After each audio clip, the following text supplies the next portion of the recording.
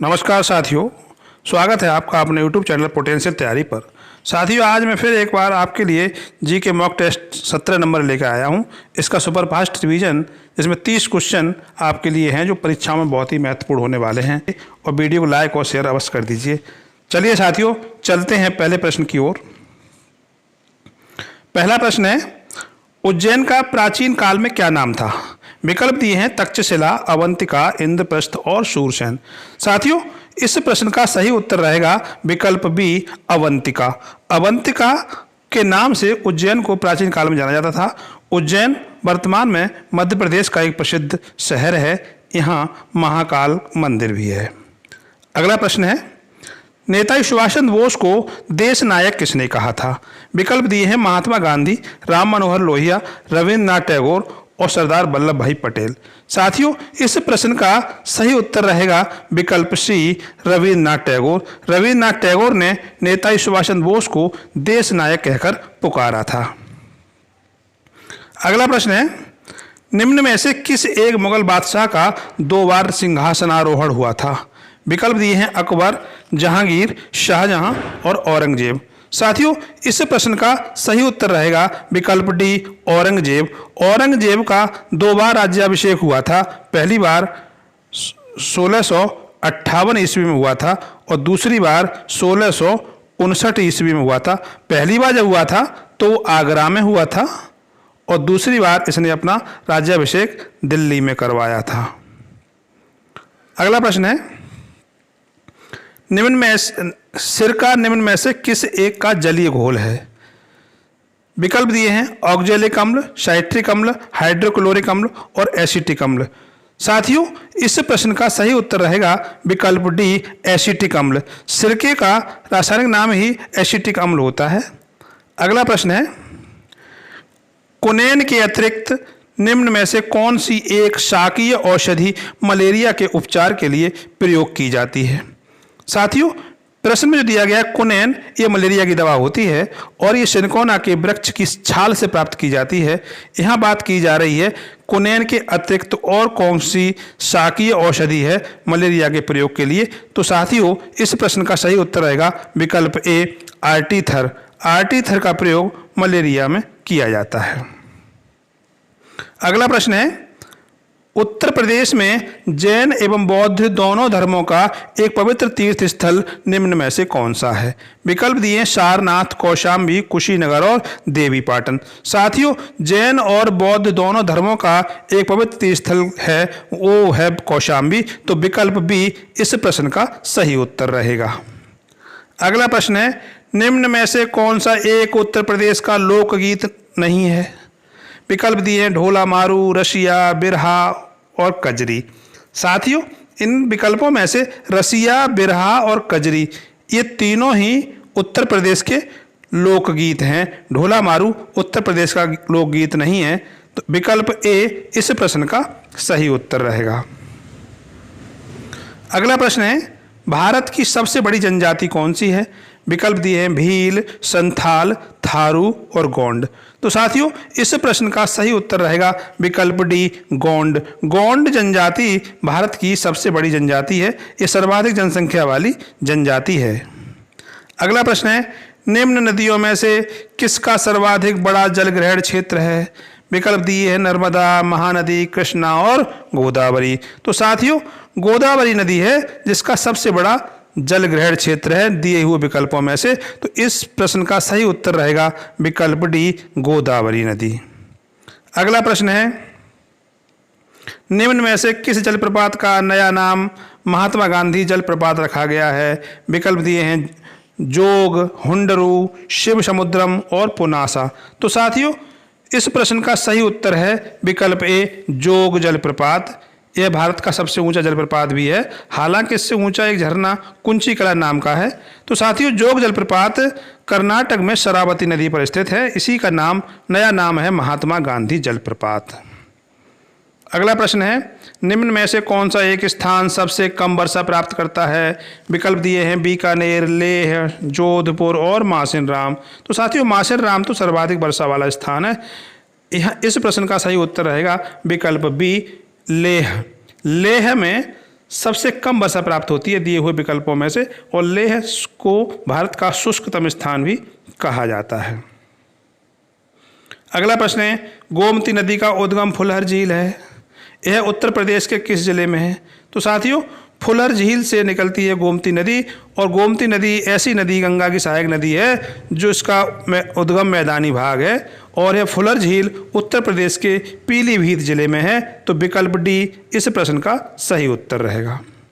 अगला प्रश्न है, विश्व का सर्वाधिक सक्रिय ज्वालामुखी किलायु है। साथियों, बहुत इंपॉर्टेंट प्रश्न है, विश्व का सर्वाधिक सक्रिय ज्वालामुखी किलायु है, यह निम्न में से किस स्थान पर है? विकल्प दिए हैं लिपारी द्वीप, सिसिली द्वीप, नारकोंडम द्वीप और हवाई द्वीप। तो साथियों, इस प्रश्न का सही उत्तर रहेगा विकल्प डी हवाई द्वीप। हवाई द्वीप यूएसए के अंतर्गत आता है और इसी पर सबसे सक्रिय ज्वालामुखी किलायु स्थित है। लिपारी द्वीप की अगर बात करें तो लिपारी द्वीप भूमध्य सागर में है और इस पर स्ट्राम्बोली ज्वालामुखी है, यह भी एक सक्रिय ज्वालामुखी है। अगला प्रश्न है, नागार्जुन सागर परियोजना किस नदी पर स्थापित है? विकल्प दिए हैं भीमा, कृष्णा, गोदावरी और क्षिप्रा। तो साथियों, इस प्रश्न का सही उत्तर रहेगा कृष्णा। कृष्णा नदी पर स्थापित है ये परियोजना नागार्जुन सागर, और ये आंध्र प्रदेश राज्य में स्थापित की गई है।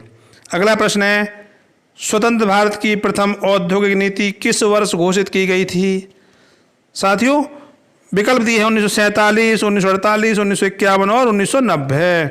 तो स्वतंत्र भारत की पहली जो औद्योगिक नीति थी वो 1948 में घोषित की गई थी। विकल्प बी इस प्रश्न का सही उत्तर रहेगा। तत्कालीन वित्त उद्योग मंत्री डॉक्टर श्यामा प्रसाद मुखर्जी ने भारत की पहली औद्योगिक नीति को घोषित किया था। अगला प्रश्न है, विश्व में दुग्ध उत्पादन के क्षेत्र में भारत का कौन सा स्थान है? बहुत ही इंपॉर्टेंट प्रश्न है, बहुत बार आया परीक्षा में साथियों।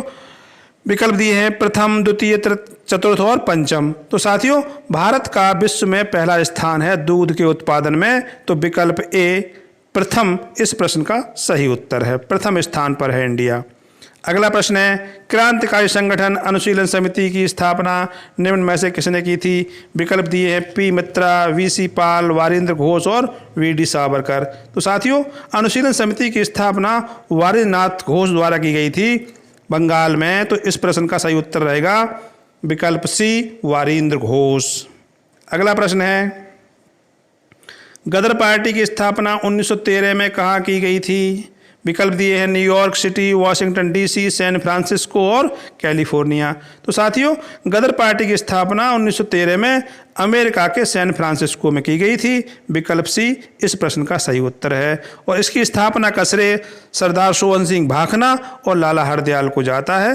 ये इस पार्टी के प्रमुख संस्थापकों में से रहे थे।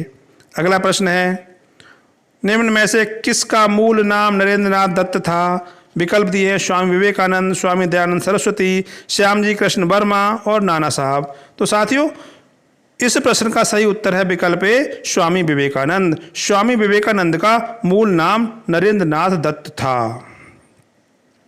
अगला प्रश्न है, निम्न युग्मों में से कौन सा सही सुमेलित नहीं है? विकल्प दिए हैं थायमीन, इसके साथ दिया है बेरी बेरी, विटामिन के बंध्यापन, बंध्यायन और विटामिन डी सूखा रोग और आयोडीन घेंगा। तो साथियों, ये बताया गया है विकल्पों में कि किसकी कमी से कौन सा रोग होता है। तो साथियों, थायमीन की कमी से बेरी बेरी रोग होता है, विटामिन बी होती है, विटामिन के की कमी हो जाती है तो रक्त का थक्का नहीं जमता है। तो विकल्प बी इस प्रश्न का सही उत्तर रहेगा, जबकि बंध्यापन जो होता है वो उसका कारण होता है विटामिन ई की वजह से होता है, और विटामिन के से बंध्यायन का सुमेलन नहीं है, इसलिए विकल्प बी इस प्रश्न का सही उत्तर है। अगला प्रश्न है, भारत सरकार ने 14 बड़े व्यापारिक बैंकों का राष्ट्रीयकरण सर्वप्रथम किस वर्ष किया था? विकल्प दिए हैं 1956, 1959, 1969 और 1971। तो साथियों, इस प्रश्न का सही उत्तर रहेगा विकल्प सी 1969।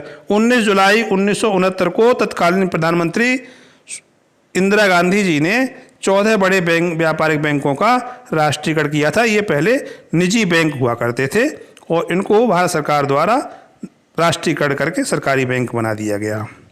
अगला प्रश्न है, जल में वायु का बुलबुला जिसकी भांति व्यवहार करेगा वह निम्न में से क्या है?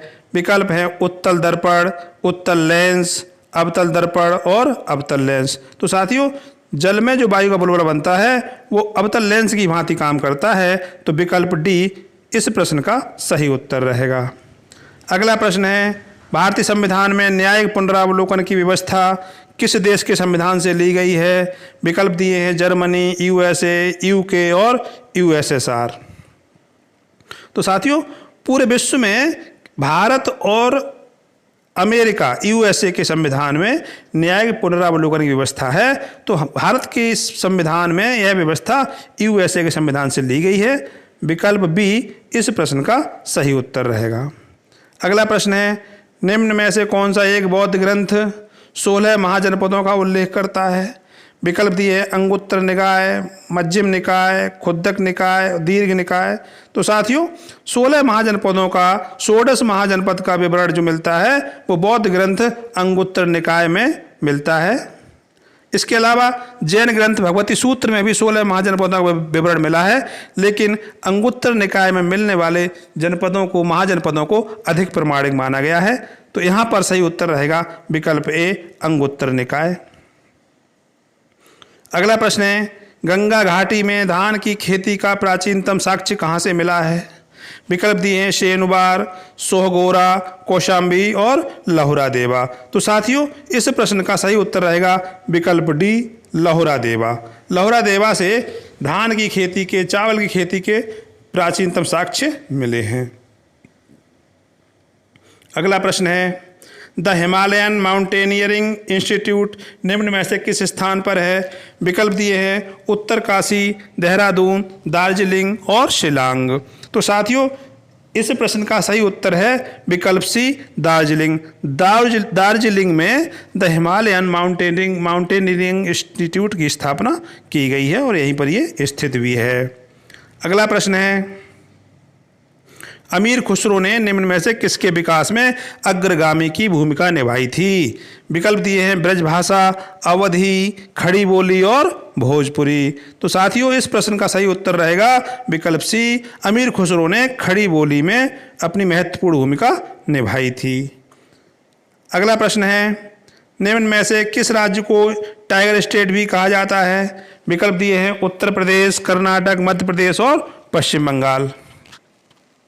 साथियों, परंपरागत रूप से टाइगर स्टेट मध्य प्रदेश को कहा जाता है। विकल्प सी इस प्रश्न का सही उत्तर है। लेकिन यदि वर्तमान में टाइगर्स की संख्या के बारे में देखें तो सर्वाधिक टाइगर कर्नाटक में पाए जाते हैं, लेकिन मध्य प्रदेश को पहले से ही टाइगर स्टेट के नाम से जाना जाता है। अगला प्रश्न है, निम्न में से कौन सी नदी बीहड़ भूमि स्थलाकृति बनाती है? विकल्प दिए हैं चंबल, वेतवा, गोदावरी और तापी। तो साथियों, बीहड़ भूमि स्थलाकृति बनाने का काम करती है चंबल नदी। विकल्प ए इस प्रश्न का सही उत्तर रहेगा। चंबल नदी यमुना की सहायक नदी है जो बीहड़ भूमि स्थलाकृति बनाती है।